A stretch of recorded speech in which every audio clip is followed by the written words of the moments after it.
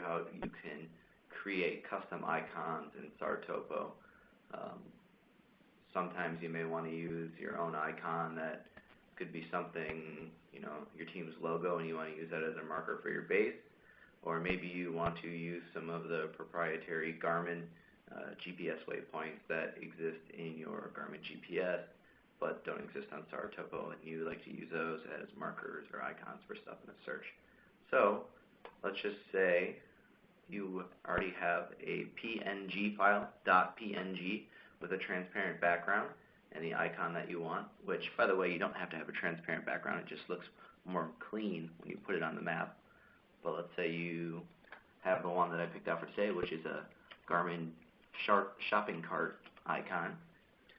You select its size, which for this instance is 24 pixels, but you have a couple different options.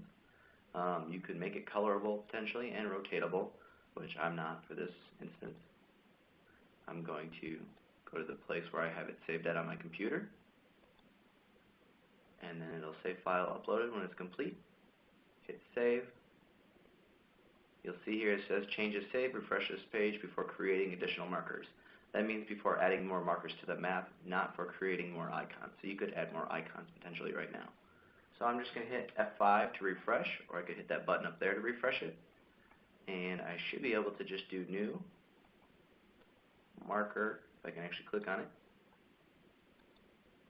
And then come down here to the style, and my custom icons will be right down here underneath of your icons.